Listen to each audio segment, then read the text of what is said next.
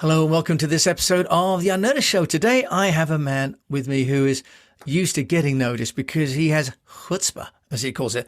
Mason Harris joining us from Maryland. Welcome. Thank you so much, Jim, and I hope my accent doesn't bother our listeners. Well, I think either way, if we need to, we'll put subtitles for anyone that can't understand my accent. Mason, you've written a book called The Chutzpah Guy. Tell us about it. And how does this help entrepreneurs to get noticed? Sure. Well, first, let me, if I may, before I even get to the book, how would you define the word chutzpah? I know most people are familiar with it. Even if they can't define it, they have a sense that, oh, that person has chutzpah. That means what? Well, I always think of chutzpah as being someone who's got a bit of courage and, frankly, the grit to go and get something done. And maybe sometimes take a risk in terms of offending people, but someone that has ambition and courage. Okay. Well, right away, ambition, courage, grit, determination. You are now officially a member of the chutzpah tribe. Frequently, there's also a negative side to chutzpah, such as, I can't believe the chutzpah on that guy. What a thief. As if it's rude, dishonest. And quite honestly, it is both. Because chutzpah, to me, is a skill set. I describe it as a blend of personality traits and learned skills that combine to provide exceptional results. Okay, and those results can be constructive in terms of how it helps people, or destructive. For example, when I say skill set, if you and I were to take classes in computer programming, we take the same courses, we end up leaving with the same skills. Maybe one of us is better than the other. It doesn't make a difference, but we have the same knowledge. You might choose to go and create an algorithm to help in healthcare, to track the benefits of a different type of treatment for the pandemic that we're experiencing right now. You might create an application for businesses. I might choose, however, using those exact same skills to create ransomware. So the skill set is the same. It's how we choose to implement it. And that's how I look at chutzpah. Okay, so is chutzpah a spirit, or is it a series of practices? Help us with that, Mason. It's both a combination of genetics and learned behaviors. We all have personality characteristics that we're almost born with. And for some, it's things that we learn along the way. For me, that's the greater part of it. So I've come up with 8 key behaviors and characteristics that are part of the chutzpah model that I identify in my new book, which is called The Chutzpah Advantage. I'll show you a copy for a second.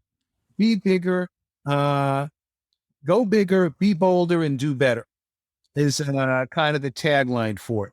But the advantage is a promise that these behaviors, which, by the way, are not secrets, we've been doing it from the beginning of mankind. It's how we put together the model and combining them for people to say, okay, I either need to show some more chutzpah in my daily life, in my personal life, or at work, or for a lot of the people that read the book, small business owners and entrepreneurs who realize that to get where they've gotten has already taken chutzpah. Now, how do they create a culture of chutzpah among their teams, among their colleagues, such that what inspires them, the behaviors that have made them successful, will now create more success within the company, more creative thinking, a willingness to take calculated risks in ways that others don't, to not stand still, but to always think in terms of scaling upwards. Okay, so you mentioned that chutzpah is an acronym, right? It stands for 8 different sort of disciplines or activities. Do you want to take us through those? Because, some people may understand what chutzpah means, but as you're going through it, I think you're going to clarify in even more detail how people can live like that. I do want to ask you, what's the antonym to chutzpah? What would you say is the opposite of chutzpah? I would say, I don't know that I can come up with a single word, but I would describe it as a person that allows the world to happen to them, as opposed to influences what happens to them. We know that we're subject to luck at some level, both good luck and bad luck. Everybody's subject to it. And actually gets to one of the key behaviors in the chutzpah model. But there are things within our control. For example, we can't control necessarily how people treat us or or bad events that happen to us, or even good events that happen that we can leverage into even more success, or we can squander away. I read recently about another lottery winner in the United States, won millions of dollars, and within 4 years was bankrupt because friends and family had basically encouraged the spending spree and give me, I've been close to you for years. Instead of using that money to get educated, to possibly invest in a franchise, start a company, get trained, they spent as if there would be no end. And of course, there's an end. So good luck doesn't always portend good luck in the future. It's how you leverage it. And bad luck can be leveraged into something positive as well. So as far as the antonym, somebody who allows things to happen. The world decides what's going to happen to that person's life, as opposed to people like us, people like your listeners, who have chutzpah and say, I'm going to move forward. I have ideas I'm going to implement. And I know I may not succeed on every single one, but I can handle a little bit of failure because I know that risk is necessary for reward. So that's great, Mason. So what I like about that is if you've got 8 elements of chutzpah, my chances of getting at least 1 or 2 of those 8 right, I like those odds. So, let's go through your 8, the different elements of chutzpah. Okay, I will. And actually, for our listeners, for our audience, if you're not driving and you're at your desk and you want to do something that's a little kinesthetic that involves this model, draw a circle on a piece of paper, a large circle, and then cut that circle into 8 slices like a pizza pie. Okay, so let's start with the first one, the first C. I'm going to describe it first, but in essence, C is based on a term, a concept that goes back a couple thousand years to the days of Greek philosophers. Okay, and it's a Latin term that most of us, I'm sure, familiar with. It's carpe diem. Now, carpe diem literally means seize the day, take advantage of the day. Sometimes people use it as seize the moment. In essence, people with carpe diem have an objective. And the objective might be, for example, I'm going to write a book. And I've got it all figured out. And I know that this is going to happen. And when I find the time, I'm going to do it. Carpe diem says, well, the likelihood you're going to find that time is pretty slim because you have no plan. You have this vague objective. Carpe diem says, kind of like the Nike logo or a slogan, just do it, says, just do it. Outline your book. Think of what you might put in the chapters and start writing. And when should you do that? Today's as good a day as any other. So at some level, as individuals, we all have objectives. Carpe diem is about seizing the moment, seizing the day, and moving forward. Just do it. So that's number 1, moving forward. On our second, then, we've got an H. Okay, so the H is you're working clockwise. All of us, every single day, we have ideas, we communicate with others. Sometimes it's our family, sometimes it's our colleagues at work, sometimes it's people that we need to persuade at work, but frankly, we're not their bosses. So the persuasion has to occur because of a sense of alignment. So H is what I call handling objections.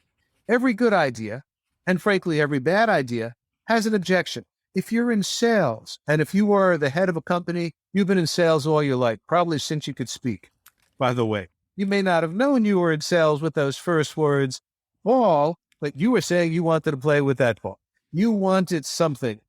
And we get objections to every idea that we have. Sometimes, if we're in sales, it's you're going in and when you describe, I have a PR plan in place for you. Well, I don't know that I can afford that plan.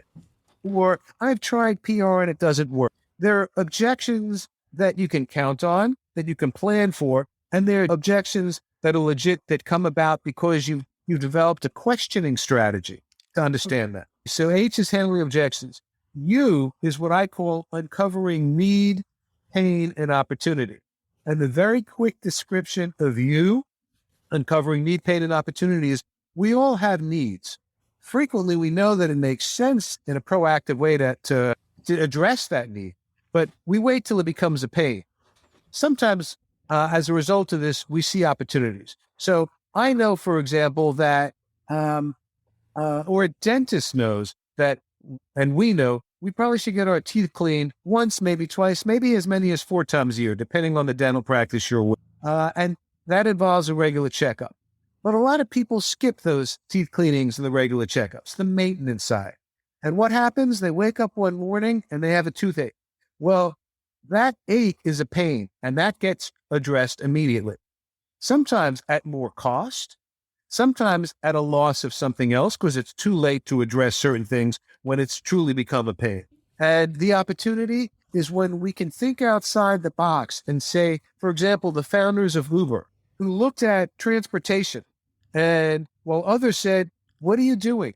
We already have taxi cabs and limo services and buses and trams and trains and intercity lines. There are lots of methods people can get around, but they realize, no, there's a large group of people who would be better served by the convenience of using their phone, calling for a ride when needed, ride-sharing services, and they created a company out of it, despite all of the objections that they received, and it's because they saw this opportunity. Okay. How many minutes? So you've got 6 minutes left. I'm keeping you on the clock, right? So you've got to T next. Okay. T is about what I call trailblazing. Trailblazing is basically a willingness to fail. Trailblazing says, I'm going to strike out on a new path. I'm going to go where others haven't gone, either because they haven't thought of it or because they didn't do as good a job and they fail. I know that not every decision I make, not everything I implement is going to work, but I'm willing to take a couple of losses because I can recover from them. I'm going to trailblaze and try something different. Okay. And the Z, is that trying something new from A to Z? Actually, no, but that's a good guess. The Z, or the Z as I call it, but the Z is zigzag. That's what happens when you run across obstacle after obstacle after obstacle. And this really reflects how persistent are we. I'll give a good example. There was an author, actually based in the United Kingdom of all places. And the author was turned down by 12 publishers. The 13th publisher said, we don't really do books like this, but I'm going to let my daughter read what you've given me, and we'll see what she thinks. Well, a day later, that daughter comes back and says, this is the best thing I've ever read. When can I get the rest of it? When's the next book coming out? Do you want to guess who the author is? Is it Game of Thrones? Actually, no, but that's another good one as well. It happens to be J.K. Rowling. Oh, the Harry Potter series. J.K. Rowling was turned down a dozen times. A bit like the Beatles being turned down, right? So you've got a zigzag, and then I don't mean to sort of keep you going too quickly here, but you've got the P. We've still got 3 letters and 4 minutes. You got it. P is about purpose. Ultimately, bad things happen. Things get in our way. A pandemic, basically, which aside from the health issues and caused the deaths of millions across the world and serious illnesses, also bankrupted businesses. It caused people to live off of their savings because they couldn't get to work. It's caused a lot of emotional issues. Purpose is what gets you through these things. Man's Search for Meaning by Viktor Frankl, I would recommend for those who want to understand purpose and how it can get you through the deepest, darkest moments in your lives. The A is about ambiguity, elimination. How do you get by and work with a model to help you make decisions more quickly, more efficiently, and more correct?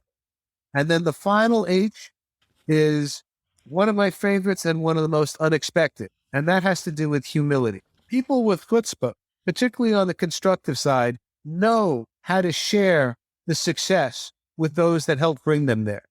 There's an old adage that success has 1,000 fathers while failure is an orphan. Okay, everybody claims success. Well, the person that's successful and knows that it's the team that he or she has built that got him there shares that. The person that says, look what I've accomplished after the team has worked so hard, loses his or her best people. That's the model in 20 minutes or less.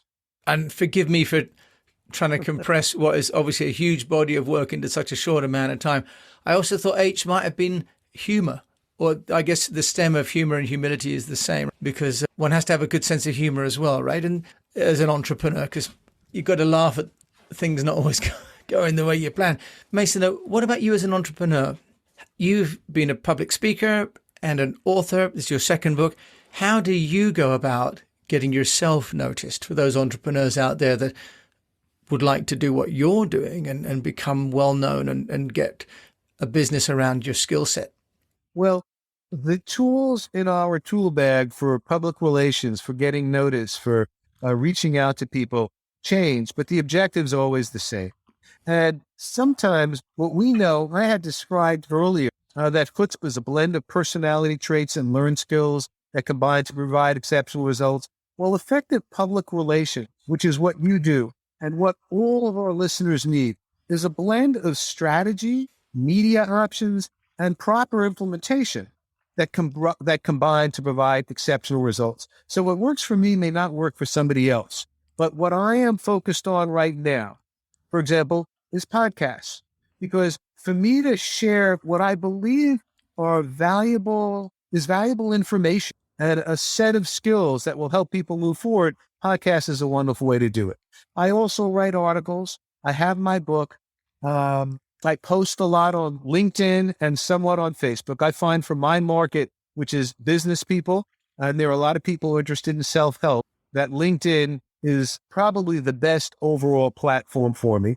And of course, video is becoming more prominent now in my world. So I'm in the process of learning video and have created a YouTube channel. I am also this week, coincidentally, this Wednesday, starting the first of a 4-part live series on a platform based in the US called superpeer.com. So it's a live series, 45 minutes each, where I give the time to the Chutzpah advantage, the rules with the stories that resonate, more than just the pizza diagram, so that people get a better sense and can say, now I know how to implement, how to share, how to teach, how to create that culture in my company. So those are the primary methods I'm using. Okay, Mason, that's wonderful. Now, if people want to find out about you, how can they do that? Well, I have a website. It's called thechutzpahguy.com. So it's THE, the Chutzpah, CHUTZ or ZPAH, Chutzpah, and then Guy, GUY.com, and on LinkedIn. Mason, you had Chutzpah because you reached out to me, and that's how this all started. So thank you so much for having Chutzpah and sharing your Chutzpah methodology with the unnoticed entrepreneurs out there. Well, I thank you. And frankly, in our discussion, I know that you have a lot of Chutzpah and look forward to the day when we can talk more about that. Maybe even your audience would love to learn more about your history and your Chutzpah. Well, let's see if anyone is interested in a tired old English entrepreneur in the countryside. I'd love to do that with you. Thanks so much for joining me on this show today.